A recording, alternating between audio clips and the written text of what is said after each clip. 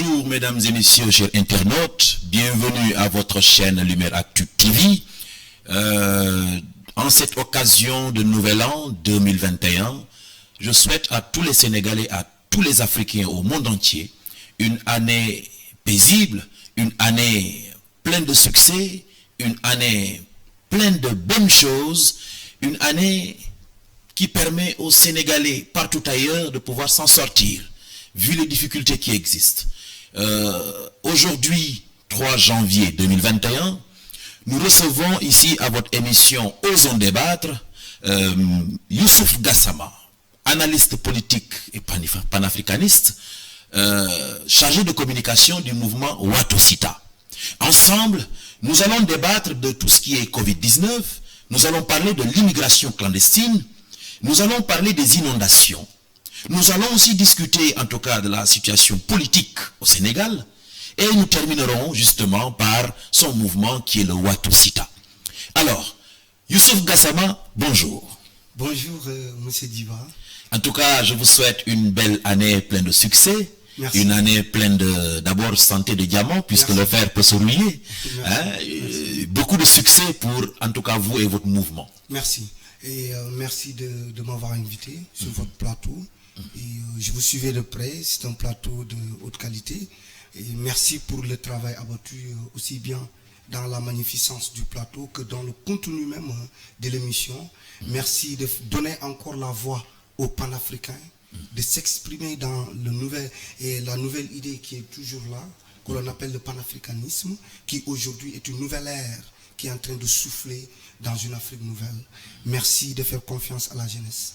Merci encore. Merci beaucoup, monsieur Gassama. Alors, monsieur Gassama, le Covid-19, la Covid-19, une pandémie qui nous est arrivée au Sénégal à partir du mois de mars 2020. Une pandémie qui, justement, a bouleversé tout un pays.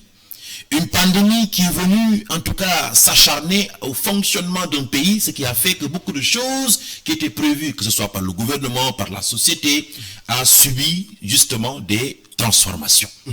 Alors, quelle appréciation avez-vous de la Covid-19 depuis justement mars 2021 à nos jours? Quelle appréciation faites-vous de cette gestion que l'État est en train de faire? Et finalement, pour terminer sur cette deuxième vague qui est en train d'être annoncée par le gouvernement. Voilà, il faut dire, comme vous l'avez dit, nous avons vécu une année triste, une année qui est déplorable et pour toute l'humanité dans le monde.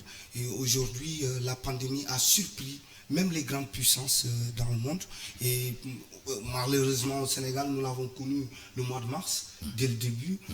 Il y a un Français qui l'a amené au Sénégal.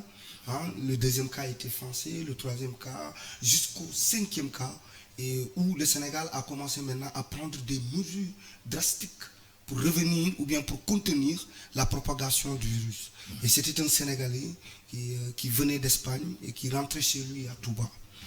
Donc voilà la situation initiale de la maladie au Sénégal.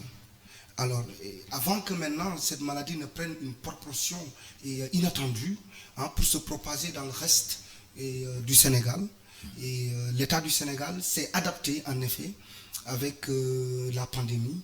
Il y a ce qu'on appelle le fonds pour la Covid-19. 1000 milliards a été décaissé pour... Force Covid-19. Oui, force Covid-19. Et pour contenir la maladie, parce que c'est une maladie particulière qu'il faut dire. C'est une maladie qui touche en même temps le côté économique des États. Et nous savons que c'est là la catastrophe. Quand une épidémie vient avec un problème économique, là c'est une catastrophe. Vous avez vu la raison. Nous avons vu que nos indices de développement ont chuté. Nous sommes actuellement à 0,6% ou 7%. Effectivement. Ce qui n'est pas souhaitable. Oui. Voilà, donc, et l'État a pris des mesures qu'il faudrait constater d'abord. L'État a décaissé 1000 milliards pour la force Covid-19. 1000 milliards qui est réparti en divers domaines. Oui. Dans le domaine médical, nous avons vu l'intervention des professeurs Seydi, des professeurs Bousso, et à travers cette maladie, nous avons pu savoir que au Sénégal, nous avons de très bons médecins, de très bons scientifiques qui sont là, avec un savoir à ne pas contester, avec un devoir et une dévotion quand même inestimable. Nous avons vu comment un Sénégal, en tant qu'un pays pauvre, un pays que l'on cite parmi les 25 les plus pauvres, où il y a d'énormes jeunes qui traînent, qui n'ont pas d'emploi. Et si ces pays-là parviennent quand même à lutter contre cette maladie qui prend en charge les humains, oui, mais plutôt l'économie, et il faut dire qu'il y a quelque chose qui est fait. Alors, dans le côté social, le président a décaissé 69 milliards, je crois, 66 milliards, en tout cas une soixantaine de milliards, pour nourrir la population démunie. Et dans le domaine infrastructure, nous avons vu que l'État a pris des mesures pour subventionner des infrastructures privées, pour survivre dans le chaos. Il faut donc dire, voilà l'arsenal que le Sénégal a déployé, bien sûr, pour contenir la maladie. Mais cette démarche, et nous l'avons tous vécu. Nous étions tous là, M. Djiba. Et faudrait-il dire que nous allons peindre tout en rose ou bien peindre tout en noir? Alors, quelle appréciation avez-vous au fait de ces démarches? Voilà, et nous ne serons ni là pour peindre en rose ni en noir. Nous allons constater la politique publique que le Sénégal a déployée avec l'événement du Covid-19. Alors, je vous ai dit tantôt l'arsenal que nous avons déployé pour divers domaines. Mais la leçon qu'on aura tirée dans cette pandémie est que la population surpasse toujours l'attente de l'État. Donc maintenant, si nous allons évaluer l'impact que cela a pu causer, c'est que nous n'apprenons jamais de nos erreurs. M. Djiba, nous sommes toujours à tâtonner sur nos propres projets. Donc vous voulez dire que le président de la République avec son gouvernement, ils ont commis énormément d'erreurs dans cette gestion. Oui, énormément d'erreurs. Et ils ont sous-estimé encore la capacité de nos artisans, la capacité du bas peuple à pouvoir surmonter les défis les plus improbables de notre histoire. Mais comment? Monsieur Djiba, depuis que le monde était étonné, peureux, triste de ne pas avoir un moyen de se protéger avec les masques, les États tremblaient de peur à ne pas donner à leur population une protection appropriée avec les masques chirurgicaux. Il n'y avait que les pays puissants qui pouvaient s'en acheter. Mais nos artisans, le bas peuple, n'a pas attendu cette main du diable. Nous avons pris notre propre main et nous avons construit à base de Lagos, le tissu Lagos. Là. Mais mieux vaut ça que rien, Bruno. Nous nous sommes fait un masque que nous avons porté. Nous avons des professeurs en médecine. Mais ils se sont regroupés autour de leurs étudiants. Ils ont encadré les étudiants. Et les étudiants nous ont fait des masques chirurgicaux qui coûtent aujourd'hui 100 francs et 200 francs. Alors qu'à l'époque, c'était 1000 francs ou 1500. Vous avez vu que donc c'est possible d'embrasser l'industrialisation dans le domaine de la médecine. Le Sénégal ne pouvait subvenir qu'aux besoins des Sénégalais pendant 3 mois. 90 jours. Ce qui est catastrophique. Donc ce qui veut dire que si le Sénégal était en guerre, après 90 jours, le Sénégal n'aura plus rien à donner à ses enfants. Ce qui prouve l'incapacité de nos chefs d'État qui se sont succédés de l'indépendance à l'émergence. Ils n'ont jamais réglé un problème. Et le cours du débat nous montrera plutôt qu'ils n'ont jamais réglé un problème. Alors, c'est sur ce, on va y revenir tout à l'heure avec peut-être les solutions. Alors, nous allons rebondir à la deuxième question s'agissant des inondations. Alors, chaque année, nous mettons beaucoup d'argent dans ces inondations. Alors, vous aussi, quelle appréciation avez-vous en tant qu'analyste politique? Mais tout simplement, je vais revenir à ma phrase initiale, où je vous disais tout simplement qu'on n'a jamais réglé un problème. Monsieur Djiba, on n'a jamais réglé un problème parce que chaque problème revient pour chaque président. Regardez l'inondation. En 2012, lorsqu'on invitait Macky Sall à prendre les rênes de ce pouvoir-là, le président Macky Sall, mais écoutez, il nous a dit qu'il va régler le problème immédiatement avec un plan d'urgence d'investissement prioritaire où le Sénégal a fait une projection de budget de, écoutez, tenez-vous bien, à 767 milliards pour régler ce problème. Et nous avons vu aux élections le président de la République qui dit que, voilà, qui disait qu'on a réglé le problème tout à fait. Alors qu'ils étaient à 48% d'exécution face au budget total de 767 milliards. Qu'est-ce que cela prouve? Ce que je venais de vous dire. On n'a jamais l'intention d'en finir avec un problème. Ce dont on a l'intention, c'est si M. Adolphe Diba a fait 4 pas, moi je vais venir et me contenter de 6 pas pour dire que j'ai fait plus que quiconque. Et M. Gassama va venir pour dire que comme il a fait 6 pas pour devancer tout le monde, moi je vais tout faire pour arriver à 8 pas et dire que j'ai tout fait. Voilà les États que nous avons en Afrique. Et si nous avons été au cœur de l'Afrique, vous verrez que c'est un sentiment partagé aussi bien en Afrique de l'Ouest que dans le reste de l'Afrique. Les dirigeants n'ont jamais l'honneur et le grand plaisir de finir avec un problème. Ils se contentent toujours de faire quelque chose. Alors, M. Gassama, encore, je vous rappelle que vous êtes en direct avec M. Gassama, analyste politique, panafricaniste, chargé de communication du mouvement Watosita, que nous avons l'honneur de recevoir ici à notre plateau, Osons débattre. Alors, M. Gassama, notre troisième question porte sur l'immigration clandestine. Cette fameuse immigration qui, depuis des années, a existé, peut-être qu'il y a eu des aspects positifs, mais de nos jours, nous constatons que, justement, le rêve n'existe plus. Mais ces jeunes s'entêtent toujours à aller vers l'Eldorado, pensant que c'est mieux d'être, justement, de l'autre côté de l'océan. Effectivement.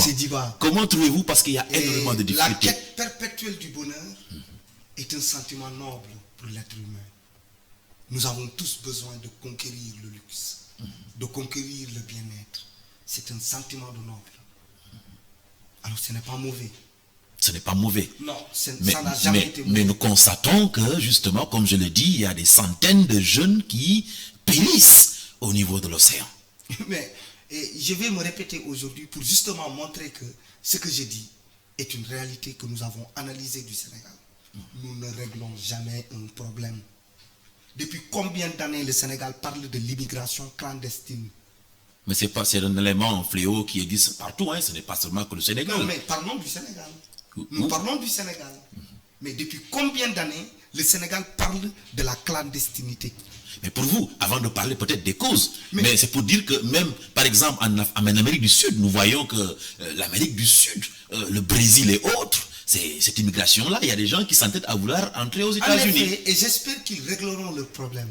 Car nous sommes en train ici dans le plateau, autour d'une table magnifique, et en nos mots d'entretien, essayer de régler, nous, notre problème. Oui.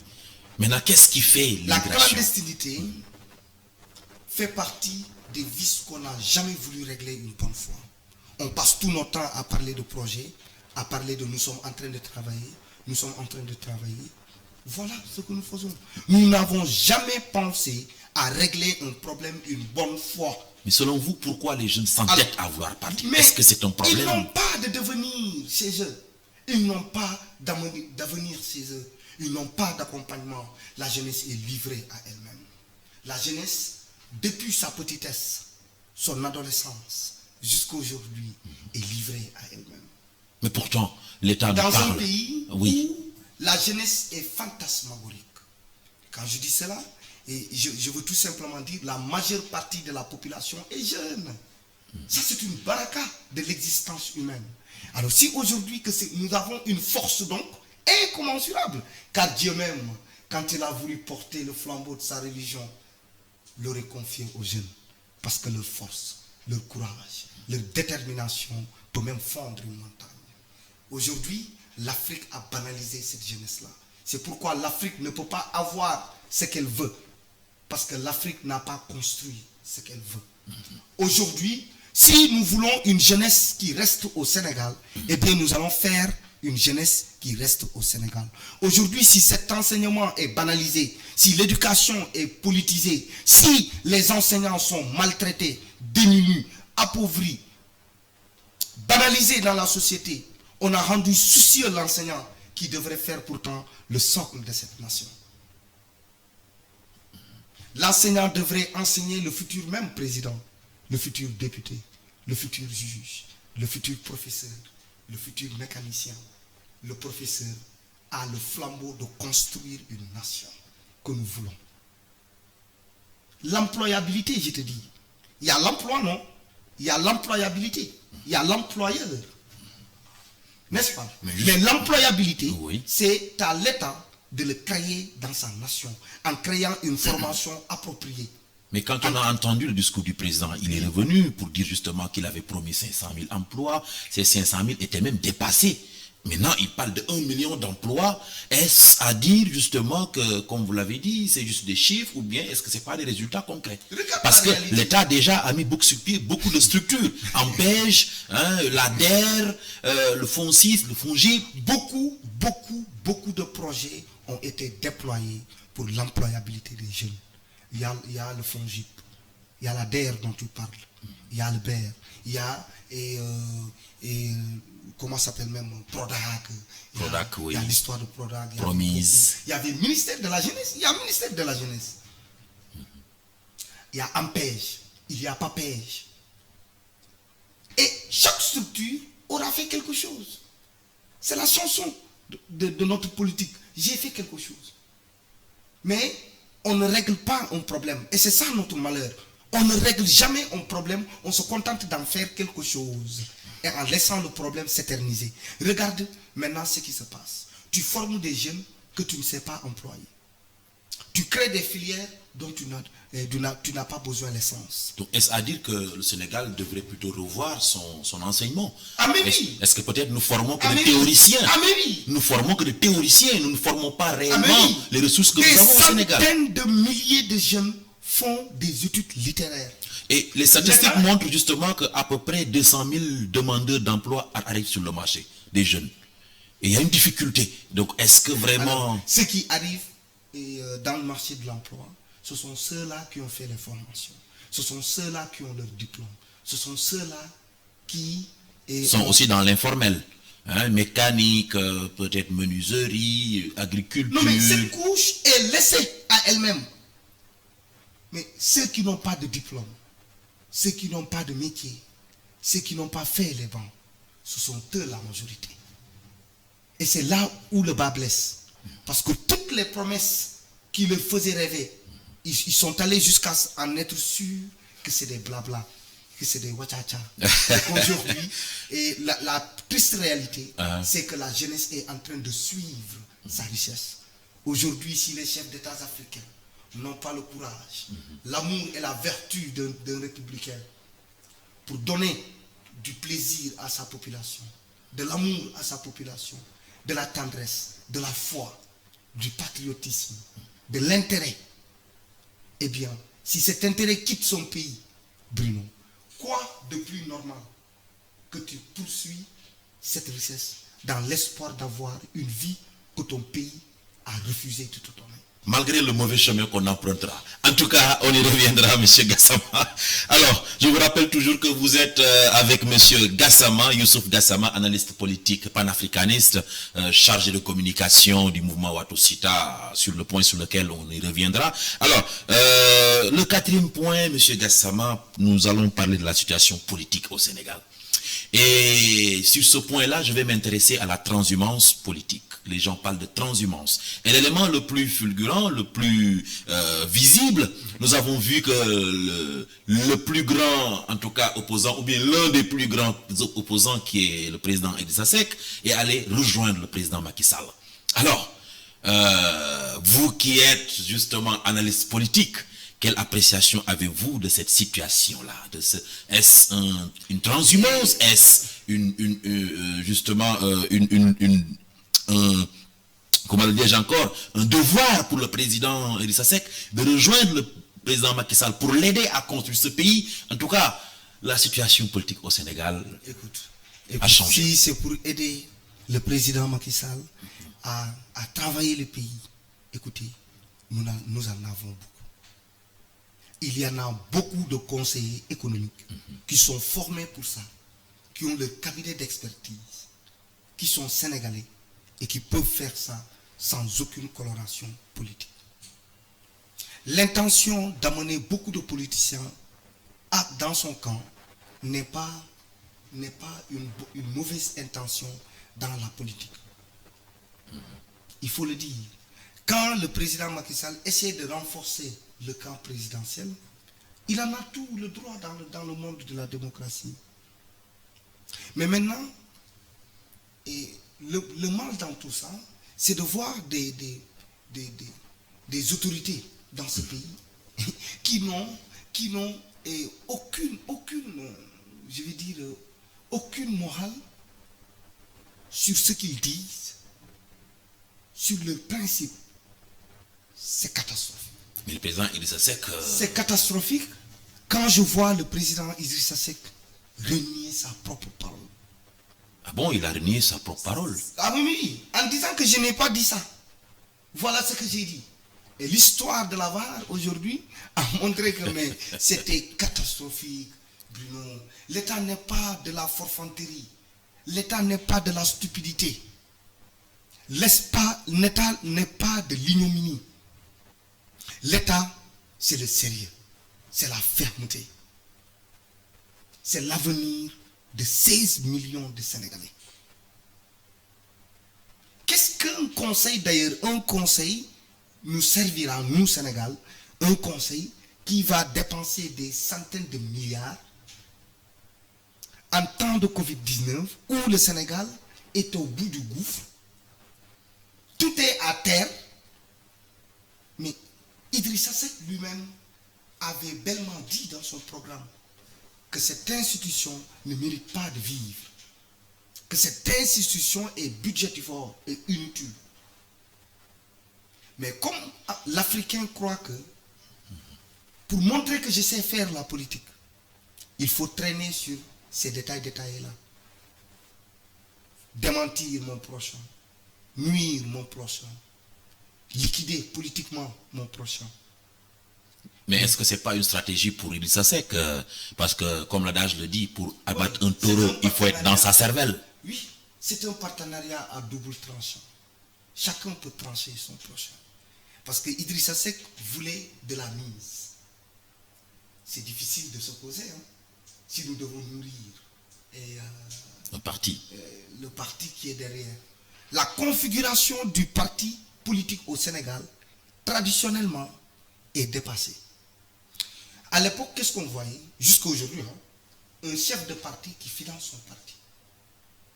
C'est pourquoi il faut donc être dans l'État, avoir des centaines de millions, détourner des milliards, venir créer un parti que l'on va nourrir par notre propre poche. Un parti dans lequel il n'y aura pas le sens de la démocratie. La main qui donne, eh bien c'est la main qui dirige. Alors, ceci étant, donc, justement, c'est vrai que c'est un débat très intéressant que nous ne pouvons pas tout de suite, aujourd'hui même, en tout cas, trancher, discuter et autres. Mais quand même, je vous rappelle toujours que c'est Youssouf Gassama, analyste politique, président du moins chargé de communication du mouvement Watosita, le point sur lequel justement nous allons entrer. Alors, monsieur Gassama, c'est quoi Watosita et pourquoi Watosita? Donc, le Watosita d'abord est un mot mandin et qui veut dire il est l'heure. Il est l'heure. Il est l'heure. Mais il est l'heure de quoi? Il est l'heure d'entreprendre avec notre propre main. Voilà l'idée d'ailleurs qui souffle en Afrique, dans l'Afrique du XXIe siècle. L'idée, c'est ça le panafricanisme. Le panafricanisme, c'est entreprendre soi-même, c'est croire soi-même, c'est penser soi-même, c'est agir soi-même. Et c'est dans cette tourbillon de pensée qu'est né le Watosita, entre deux jeunes étudiants, aujourd'hui professionnels, travailleurs, responsables un peu partout. On a créé donc le mouvement Watosita et on lui a donné une ambition communale. Dans la région de Sédhiou, département de Sédhiou, et bien commune de Sansamba. Commune de Sansamba. Donc le Watosita se trouve dans la commune de Sansamba. Où se trouve un maire qui est totalement fantôme et qui s'appelle Doudou Sagna. Ah bon, un maire fantôme. Un maire totalement irresponsable. Et aujourd'hui, Si ces jeunes-là se sont retrouvés autour de Watosita, c'est à cause de son irresponsabilité immédiate et de l'irresponsabilité de toutes nos autorités locales qui se sont succédées à la tête de cette mairie-là. Mais pourquoi? Et aujourd'hui, le Watosita veut porter ce flambeau-là, amener un air nouveau qui n'a jamais soufflé la commune. C'est-à-dire amener l'auto-employabilité, amener une politique de développement communautaire dans la commune de Sansamba qui permettra aux femmes, ce sont ces images-là que vous voyez, qui permettront aux femmes d'entreprendre elles-mêmes, les jeunes d'entreprendre eux-mêmes. Aujourd'hui, nous avons amené une nouvelle politique dans la commune qui permet à la commune de souffler de manière économique. Mais en guise d'exemple, qu'est-ce que vous avez fait? Voilà, vous nous avons d'abord, en collaboration avec Dr Annette Sekniaï, que je remercie, une dame de fer, une dame franchement qui a un cœur large et dont nous partageons, avec qui nous partageons le Djassine. Elle est de Marsassoum, son père c'est Hassan Sek, que nous connaissons tous. Alors, Annette Sekniaï nous a accompagnés dans notre vision de développement communautaire, en nous aidant à équiper des cases de santé qui étaient totalement vides. Et si les mamans vous expliquaient la condition dans laquelle elles faisaient l'accouchement, tu ne pourras jamais retenir tes larmes. Mais malgré ce gros budget du ministère de la Santé. Nous avons tout fait pour amener Dr Annette Sek Ndiaye sur place. Et la maman a fait un exposé devant Annette Sek. Elle ne pouvait pas se maintenir. Car elle a un grand cœur, un cœur ouvert. Et elle a été même décorée par le président Macky Sall, par l'Ordre national du Lion, pour avoir fait son travail de manière inestimable dans la Covid-19. Je veux vous parler de la personne. Elle nous a aidé à équiper 4 cases santé en 2 ans. Et le Watosita, de sa perspicacité dans la recherche de partenaires, de collaborateurs, de politiques publiques, de politiques de développement communautaire, nous avons eu à chercher des conférenciers en matière d'auto-employabilité en langue locale. Moi-même qui vous parle, j'ai eu à tenir une conférence en langue locale sur l'auto-employabilité, l'auto-emploi et le commerce. Et avez-vous des justement... Alors, nous avons donc eu un partenaire, M. Diallo, que nous saluons de passage, qui nous aide à former les femmes dans 2 métiers. Un métier de savonnerie et un métier d'eau de javel. Il aide les mamans à transformer du savon, de les vendre, de transformer jusqu'à avoir de l'eau de javel et de les vendre. Ça devient 2 métiers en même temps. Et il le fait avec le Watosita. Comme nous avons englouti toute la commune, les 24 villages sont sous notre possession, notre mouvement politique, et nous avons donc rassemblé toutes les associations de femmes et de jeunes. Toute association de femmes est formée. Mais regarde le coup de grâce, pour vous dire qu'il faut juste avoir l'ambition et la foi. Le reste viendra seul. Vous avez l'habitude de dire, jusqu'à dire ce que dire n'a jamais voulu dire, de dire, Bruno. Vous disiez que pour être à l'arrivée, il faut toujours être au départ. Et nous avons été au départ. Il y a eu la Covid-19, dont les 2 éléments principaux pour combattre la maladie, c'était savon, eau de javel. Et nous avons commencé cela avec 4 associations de femmes. Et immédiatement, avec la Covid, ils ont englouti le marché du Djassine. Selon vous, dans tout ce qu'on a vu, quelles sont les solutions que vous préconisez justement à l'État du Sénégal pour pouvoir prendre au-dessus ces différents types de problèmes, puisque nous n'avons pas pu, comme vous l'avez dit, régler les problèmes, M. Gassama. Oui, on ne règle jamais les problèmes. On ne les règle jamais. On essaie juste de faire quelque chose, comme on a l'habitude de dire. Mais voilà, d'abord pour la Covid-19, et ça a montré beaucoup de lacunes dans le domaine sanitaire. Ça nous a montré que nous n'avons pas de matériel médical. Il faut s'en approprier. Et je vois que le président est en train de s'en rendre compte, parce que il y a une semaine, avant une semaine même, il a inauguré quand même un nouveau centre performé, n'est-ce pas, de virologie. Alors, maintenant, nous avons encore 3 hôpitaux qui doivent être délivrés. De Diourbel, de Sédhiou, etc. Alors, nous avons des postes de santé que l'on doit renforcer. Mais ce qu'il faut faire, c'est d'entamer un programme qui va dans chaque région, mettre un hôpital qui va prendre en charge, franchement, tout ce que la population aura besoin. Avant de quitter Ziguinchor pour venir à Dakar, avant de venir Kaolack pour venir à Dakar, Diourbel, venir à Dakar. Alors, est-ce à dire donc qu'il faut renforcer en matière de matériel les hôpitaux régionaux, leur doter de plateaux, de cancérologie, de trucs, pour que justement qu'il n'y ait pas ce phénomène-là de on ne doit même pas quitter Ziguinchor pour venir se faire opérer à Dakar. Si nous avions réglé ce problème-là, aujourd'hui nous n'en serons pas là. Ce que je te disais, on ne règle jamais de problème. Alors, il faudrait penser à ça. Il faudrait aussi dans le domaine social, penser à rééduquer la population pour l'obéissance nationale.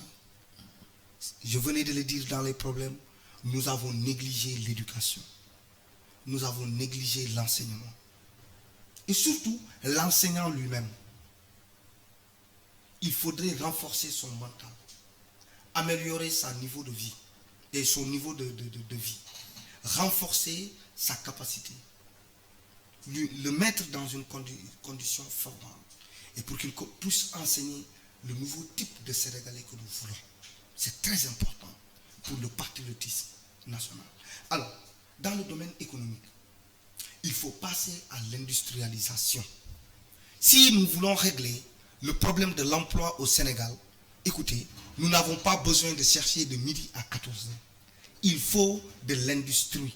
Mais pourtant, le président Macky Sall a compris ça en mettant sur pied les pôles Agropole Sud, Agropole Nord d'existence.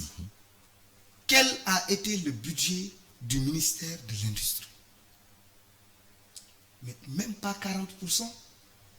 Mais comment vous allez mettre en place une industrie? C'est ça le problème. Le problème, ce n'est pas ce qu'on veut faire. C'est le problème de nos dirigeants. Le problème, c'est ce qu'on peut faire. Et ce qu'on peut faire, c'est d'arrêter d'abord, et Bruno, de jouer avec le sérieux des problèmes. C'est pourquoi la crise casamançaise n'a jamais été réglée. C'est pourquoi, et je ne vais même pas dire la crise casamançaise, mais la crise sénégalaise. Parce que la crise n'est pas casamançaise. Et pourtant, il y a une accalmie. Le président Macky Sall a beaucoup joué dans ça. L'accalmie n'est pas la paix. Oui, mais il a beaucoup joué quand même, il faut le reconnaître. La paix pour de grands investissements en Casamance, attendre l'autosuffisance. Mais il faut être d'accord qu'il est l'un des présidents qui a beaucoup joué à la stabilité. Et aujourd'hui... Voilà, on dirait que vous êtes contaminé de cette phrase. Quoi. Non, pas du tout. Mais c'est ça l'honneur. J'ai mieux fait. On en a marre de cette ambition. L'ambition dont nous voulons contempler, c'est l'ambition de régler un problème et de le régler. Regarde le terre.